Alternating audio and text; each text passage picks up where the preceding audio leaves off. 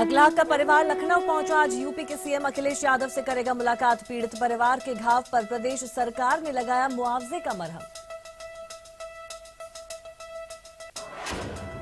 UP के दादरी में शनिवार को लगा रहा नेताओं का जमावड़ा। सुबह केजरीवाल तो शाम को राहुल गांधी ने की अखलाक के परिजनों से मुलाकात। सबसे बड़ा सवाल, दादरी में नेताओं का क्या काम।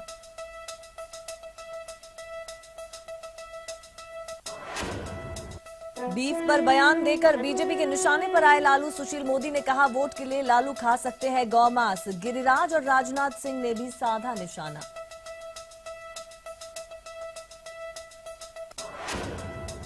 बीफ पर बैन को लेकर जम्मू कश्मीर विधानसभा में जबरदस्त हंगामा। निर्दलीय विधायक इंजीनियर राशिद ने बुलंद किया आवाज, सदन से किया वॉकआउट। बीजेपी अध्यक्ष अमित शाह ने लालू नीतीश पर बोला हमला। पूर्णिया रैली में कहा, दोनों मिलकर लाएंगे जंगल राज पार्ट 2। भागलपुर रैली में सोनिया गांधी ने पीएम मोदी पर साधा निशाना। कहा, मोदी सरकार में कुछ उद्योगपतियों को छोड़कर सब है परेशान। बिहार पैकेज को बताया धोखा। इंद्राणी के यूरिन रिपोर्ट पर मामला उलझा। हॉस्पिटल ने कहा, गोलियां खाई, फॉरेंसिक लैब का इनकार।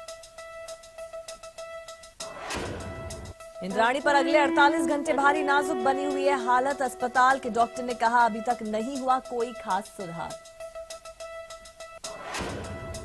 पश्चिम बंगाल लोकल बॉडी इलेक्शन के दौरान कई जगह हिंसा। कहीं पुलिस ने भांजी लाठी तो कहीं आपस में भिड़े बीजेपी और टीएमसी कार्यकर्ता। यूपी के हमीरपुर में दलित की हत्या पर उठे सवाल। मंदिर में दर्शन करने गए बुजुर्ग दलित को कुल्हाड़ी से काटा, शव को मंदिर परिसर में ही जलाया। राजस्थान के जोधपुर में टीचर का टॉर्चर। मिड डे मील का प्लेट छूने पर दलित छात्र की कर दी पिटाई। राजस्थान के भीलवाड़ा में गुंडा राज। हथियार और तलवार से लैस बदमाशों ने की कारोबारी की पिटाई। पुलिस ने अभी तक नहीं किया किसी को गिरफ्तार।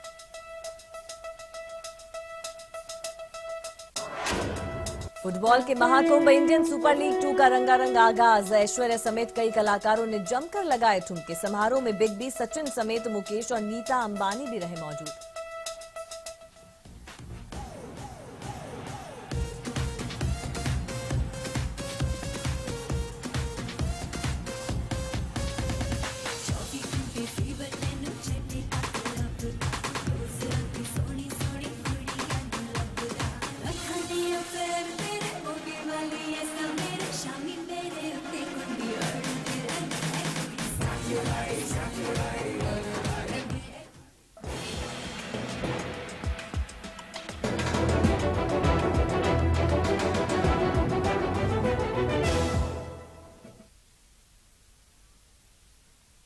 नमस्कार, फाइनल रिपोर्ट में आप सभी का स्वागत है। आपके साथ मैं हूं अनीता सिंह। बुलेटिन में सबसे पहले बात दादरी कांड की करेंगे, जहां दादरी कांड में मृतक अखलाक के परिजन शनिवार को लखनऊ पहुंचे।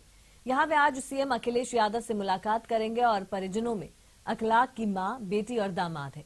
एसपी एमएलसी आशु मलिक इन सभी को लखनऊ लेकर पहुंचे हैं। अखलाक के परिजन अभी भी सदमे में है। अखलाक की मां ने कहा कि हमारे परिवार का दर्द बयां करना मुश्किल है। हमारे परिवार पर बड़ी मुसीबत गिरी है और सीएम अखिलेश से मुलाकात कर वे न्याय की गुहार करेंगे। ना कर सकते हम तो कहना चाहता, हम थक गए बयान करते करते। आपके बेटे को जिस तरह मौत के घाट उतार दिया गया, एक अफवाह फैलाई गई, तो ना कहाँ जाता। अब जब हमें मारा तो क्या करें। बहुत ही दुखद घटना। मैं वहाँ पर गया था और मैंने पूरा देखा ऊपर नीचे। जिस तरह से ये दोनों कम्युनिटी के बीच में एक गैप पैदा किया गया है और इसको दूसरा रंग दिया गया है, ये बहुत ही दुखद है। ये लोग अपनी जो भी बात रखेंगे मुख्यमंत्री जी के सामने, तो उनके बीच में बात होने के बाद ही पता चलेगा। ये जो तमाम जो राजनीति होने लगी इसको लेकर के, आप खुद वहाँ सिचुएशन किस तरह से देखिए? देखिए, जब तक दोनों कम्युनिटी के हिंदू और मुस्लिम नौजवान साथ नहीं आएंगे, जिस तरह से साजिश हो रही है, ये लोग नफरत की राजनीति करने वाले लोग हैं और उसी का नतीजा है जो ये सब कुछ हुआ है। उधर दादरी मामले में 2 मुख्य आरोपी और गिरफ्तार हुए हैं, जिसके बाद कल गिरफ्तार लोगों की तादाद 8 हो गई है। इन 8 लोगों में मुख्य आरोपी शिवम और विशाल भी शामिल है, जबकि अभी भी 2 आरोपी फरार हैं। वहीं शनिवार को भी दादरी में पीड़ित परिवार से नेताओं का मिलने का सिलसिला दिन भर चलता रहा। कांग्रेस उपाध्यक्ष राहुल गांधी ने अखलाक के परिवार से मुलाकात की और इसके पहले दिल्ली के सीएम अरविंद केजरीवाल भी पीड़ित परिवार से मिले। उधर यूपी सरकार ने पीड़ित परिवार के लिए 20 लाख रुपए मुआवजे का ऐलान किया है।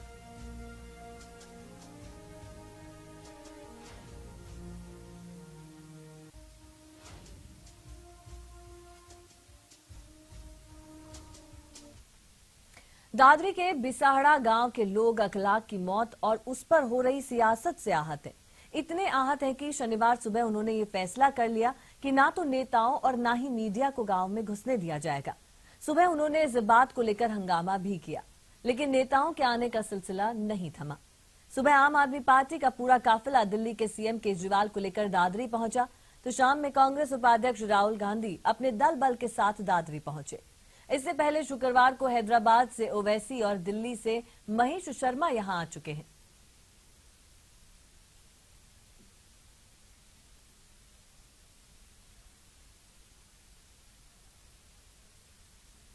वहीं दादरी के बिसाड़ा गांव के लोगों का गुस्सा फूट पड़ा। यहां लोगों ने मीडिया कर्मियों और नेताओं के लिए गांव में घुसने पर पाबंदी लगा दी। इस पाबंदी की वजह से दिल्ली के मुख्यमंत्री केजरीवाल को तकरीबन 2 घंटे तक गांव के बाहर रुकना पड़ा।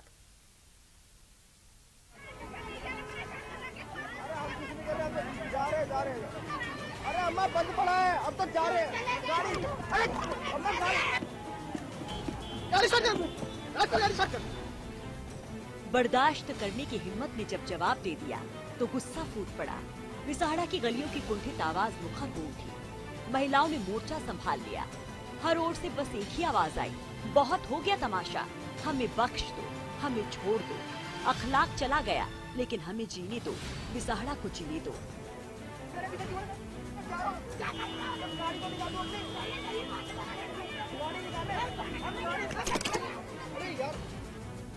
इससे पहले अखलाक के बड़े बेटे ने एक खुली चिट्ठी लिखकर मीडिया और नेताओं से बिसाहड़ा न आने की अपील की थी, लेकिन उस चिट्ठी का कोई असर नहीं हुआ और दिल्ली के सीएम अरविंद केजरीवाल ने बिसाहड़ा जाने का ऐलान किया तो गांव वालों का गुस्सा फूट पड़ा। भारी पुलिस बल यहाँ पर तैनात है। हालांकि गांव के लोगों ने मना कर दिया है कि ना यहाँ मीडिया आएगी ना यहाँ पर कोई और आएगा। गांव वालों की अपील और नाराजगी भी इन नेताओं को समझ नहीं आई और वो जिद पर अड़े रहे कि वो बिसाहड़ा जाना चाहते हैं, अखलाक के परिजनों से हमदर्दी जताना चाहते हैं। ये मुझे जानकारी मिली कि पहले मीडिया वालों के ऊपर वहाँ गांव में कुछ हमले किए गए, मीडिया वालों को भगाया गया, लेकिन हम लोगों को तो गांव तक पहुंचने ही नहीं दिया। हम लोग चाहते हैं कि जो परिवार है उसको सांत्वना मिले, उसको विश्वास हो कि आगे इस तरीके का कभी कोई वाकया नहीं होगा। ये बहुत जरूरी है। हम तो ये भी कहते हैं कि देश के प्रधानमंत्री जी को भी यहाँ आना चाहिए। हमदर्दी और सहानुभूति के नाम पर अखलाक के परिवार और बिसाहड़ा गांव को किस तरह से पिछले 5 दिनों से परेशान किया जा रहा है, उसका अंदाजा केजरीवाल के इस काफिले से लगाया जा सकता है। गाड़ियों के ऐसे काफिले बिसाहड़ा में हर घंटे पहुंच रहे थे। दिल्ली से पटना तक बिसाहड़ा की घटना को लेकर नेता अपनी सियासी रोटियां सेक रहे थे। इससे भी जो बीफ है, खास करके हम लोग गाय माँ है या बैल है, कोई है, ये सब खाने से बीमारी होता है, नहीं खाना चाहिए। इस सियासत पर गुस्सा तो फूटना ही था और बेवजह इस गुस्से का शिकार मीडिया कर्मियों को भी होना पड़ा, जो बिसाहड़ा की हकीकत दुनिया के सामने लाने गए थे। उन्हें भी जबरन खदेड़ा गया, भगाया गया। Bureau report, ETV news.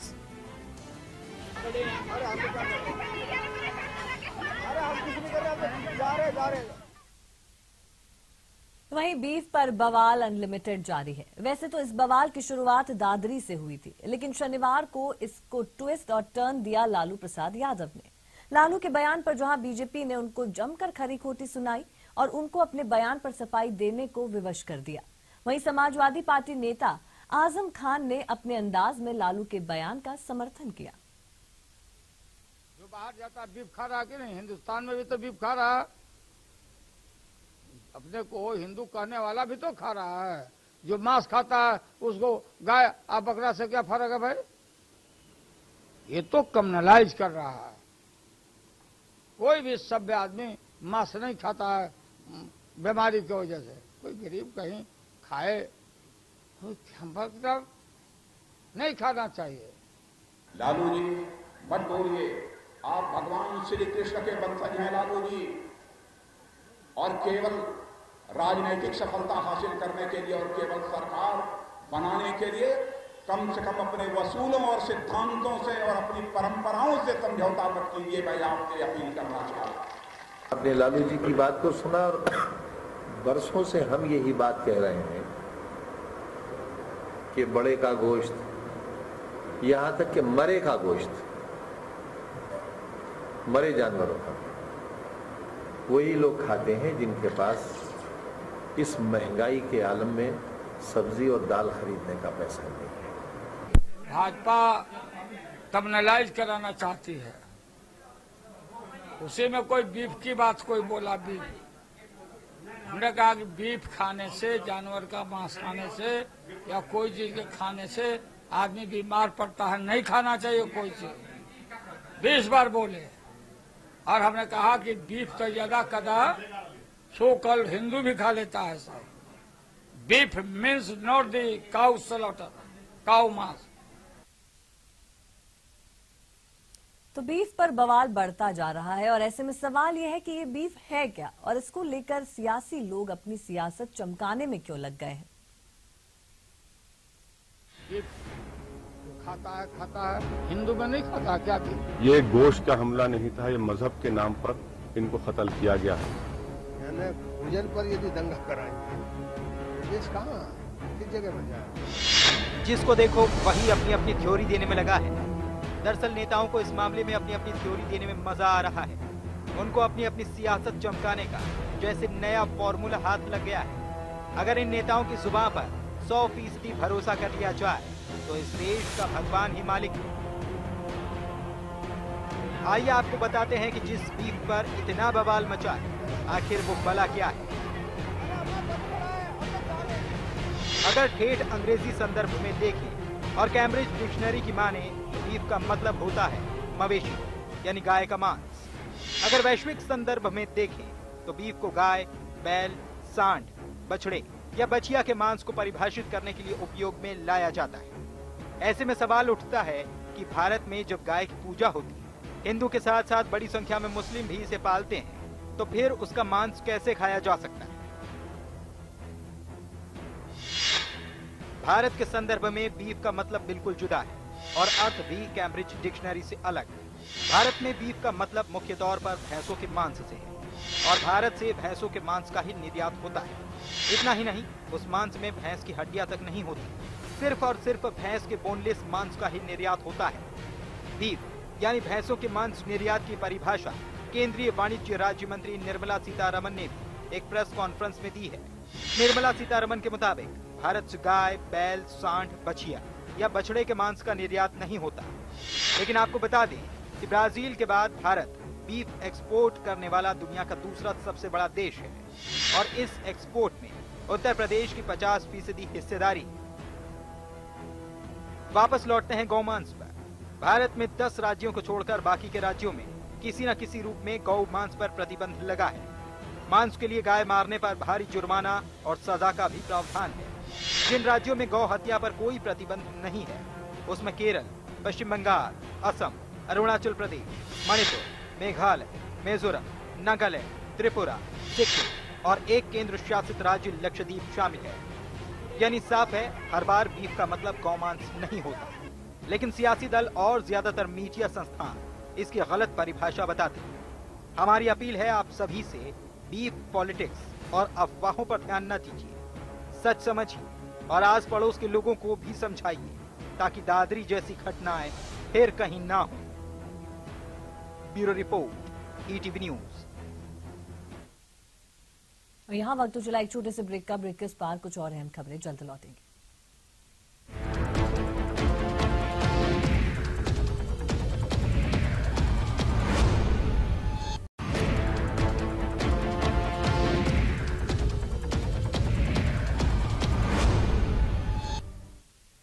खबरें के बाद अब बात शीना बोरा हत्याकांड की, जहां पर आरोपी इंद्राणी मुखर्जी की हालत नाजुक बनी हुई है। डॉक्टरों का कहना है कि अगले 48 घंटे उसके लिए भारी हैं। शुक्रवार को जेल में हालत बिगड़ने के बाद इंद्राणी को मुंबई के जेजे हॉस्पिटल लाया गया। हॉस्पिटल की सीसीयू में एडमिट इंद्राणी की हालत पर डॉक्टर लगातार नजर बनाए हुए हैं।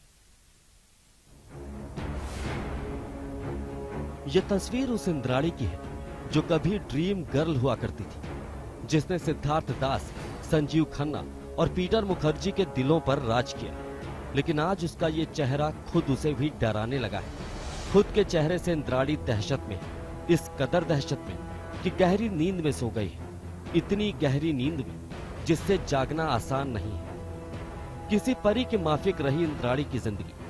माया नगरी की चकाचौंध ने कभी उसके ग्लैमर को कम नहीं होने दिया, लेकिन जेल की सलाखों ने उसके चेहरे का वो नूर छीन लिया जो इंद्राणी की पहचान थी। बेटी की हत्या, धोखा और फरेब के आरोपों ने इंद्राणी से उसकी पहचान छीन ली। इस नई पहचान ने इंद्राणी को तोड़ कर रख दिया है। इंद्राणी टूटे भी तो क्यों नहीं। कुछ वक्त पहले की ये तस्वीरें देखिए, समझ में आ जाएगा लोग इंद्राणी को ड्रीम गर्ल क्यों कहते थे। हमेशा हंसती मुस्कुराती रहने वाली इंद्राणी के काले सच ने उसे बर्बाद कर दिया और एक ड्रीम गर्ल इतनी डरावनी हो गई जिससे उसे अब खुद डर लगने लगा है। Bureau report, ETV news. और चलिए अब जरा बात बिहार की राजनीति की कर ले, जहां पर बीजेपी अध्यक्ष और कांग्रेस अध्यक्ष ने शनिवार को एक दूसरे पर जमकर निशाना साधा। इस बार पलटवार के दौर में विकास, भ्रष्टाचार, स्पेशल पैकेज और विदेश दौरों को लेकर तीर तो चले ही, लेकिन इसमें मुहावरों का भी इस्तेमाल हुआ। जरा देखिए।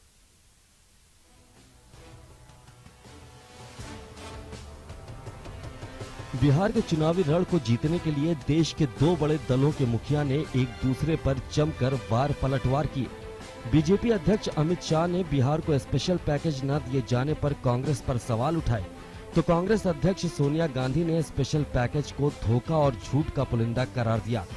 लालू नीतीश कांग्रेस जवाब दे।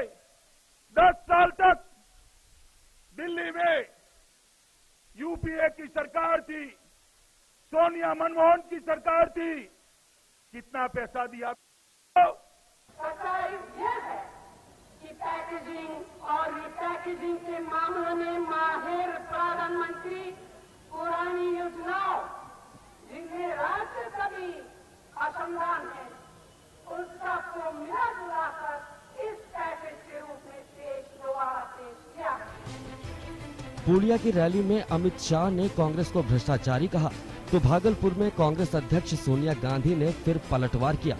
लालू के साथ जंगल राज आएगा और कांग्रेस के साथ भ्रष्टाचार आएगा। जंगल राज और भ्रष्टाचार के साथ कभी बिहार का विकास नहीं होगा। भाजपा के गठबंधन को देखकर एक मुहावरा याद आता है, कहीं कहीं कहीं करोड़ा भानुमती ने कुंभा छोड़ा। किसी भी तरह के विकास के लिए अमन और शांति सबसे आवश्यक है। इस बार पलटवार के दौर में अमित शाह ने पहले और अब के प्रधानमंत्रियों के विदेश दौरे की तुलना कर कांग्रेस को कटघरे में खड़ा करने की कोशिश की, जिस पर कांग्रेस अध्यक्ष ने पीएम के ज्यादा विदेश दौरे पर ही सवाल उठा दिए। सोनिया मनमोहन की सरकार में आप मुझे बताइए, मनमोहन जी जाते थे या नहीं जाते थे विदेश? जाते थे, आप लोगों को मालूम पड़ता था। अब मोदी जी जाते हैं, कहीं भी जाए, ऑस्ट्रेलिया, जापान, जर्मनी, रशिया, चीन, अभी अमेरिका गए थे, आपको मालूम पड़ा या नहीं पड़ा? जब प्रधानमंत्री मोदी विदेश जाते थे और आजकल बहुत आते हैं विदेश ज्यादा और यहाँ देश में कम, तो जब वहाँ जाता है वहाँ बड़े बड़े लोगों को गले लगाना उनका एक शौक बन गया। साफ है कि इस बार पलटवार के दौर में कोई किसी से पीछे नहीं रहना चाहता, लेकिन देखना ये दिलचस्प होगा कि आगे सियासी सुरमाओं के बीच जुमलों की और कितनी बारिश होती है। Bureau report, ETV news. और यहाँ वक्त तो चला एक और छोटे से ब्रेक का, जल्द लौटेंगे।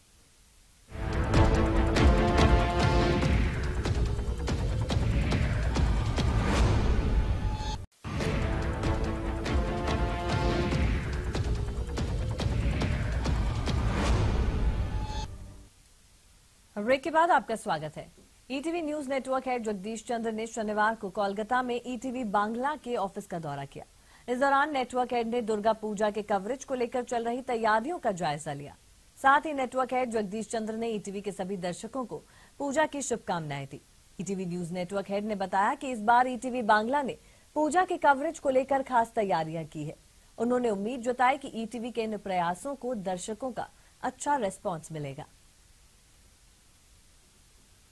ईटीवी परिवार की ओर से पूजा के शुभ अवसर पर बंगाल वासियों को हार्दिक शुभकामनाएं देता हूं।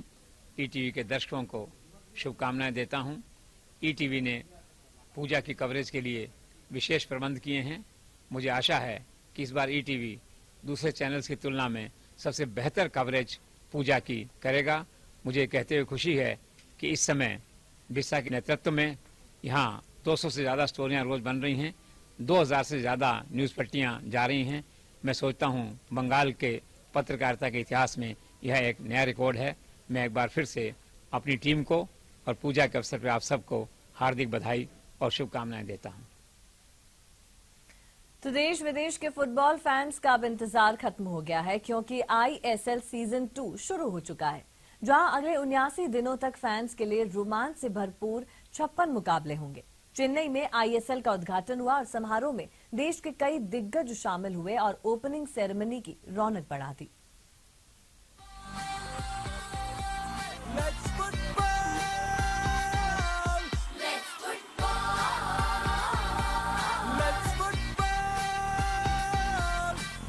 आईएसएल का शानदार आगाज।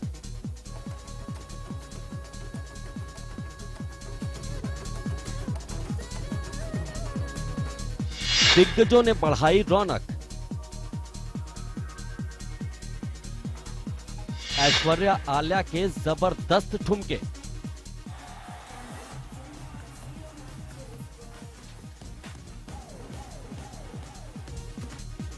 जी हां, सीटी बच चुकी है। आईएसएल का आगाज हो चुका है और पूरे भारतवर्ष के लिए अगले 79 दिन तक फुटबॉल का मेला लग गया है, जिसमें 8 टीमें आईएसएल की शानदार ट्रॉफी अपने नाम करने के लिए मशक्कत करेंगी। आईएसएल का भव्य आयोजन चेन्नई के राजीव गांधी स्टेडियम में हुआ और आयोजन का हिस्सा बनी देश की कई दिग्गज हस्तियां, जिसमें फुटबॉल स्पोर्ट्स डेवलपमेंट की फाउंडिंग चेयरपर्सन नीता अंबानी ने फुटबॉल के सभी फैंस को आईएसएल के सीजन 2 शुरू होने की बधाई दी। Vanakkam Chennai.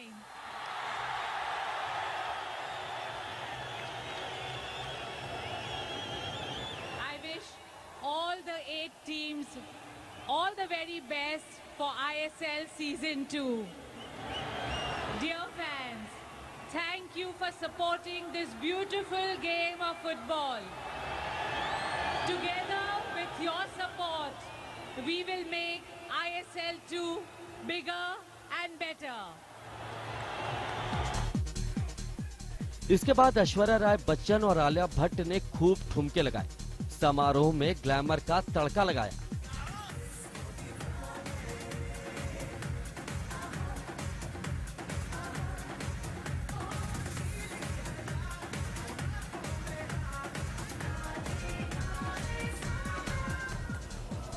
और दूसरी ओर मशहूर संगीतकार और म्यूजिक डायरेक्टर AR रहमान ने अपने आवाज के जादू से समा बांध दिया।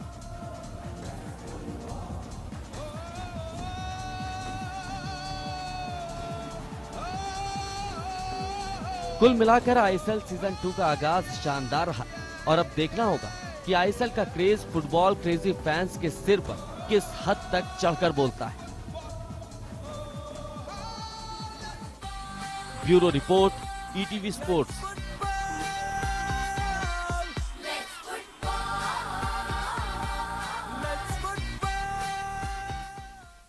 तो फाइनल रिपोर्ट में फिलहाल के लिए इतना ही। दीजिए मेरी पूरी टीम को इजाजत और चलते चलते आप देखिए तिरछी नजर। नमस्कार।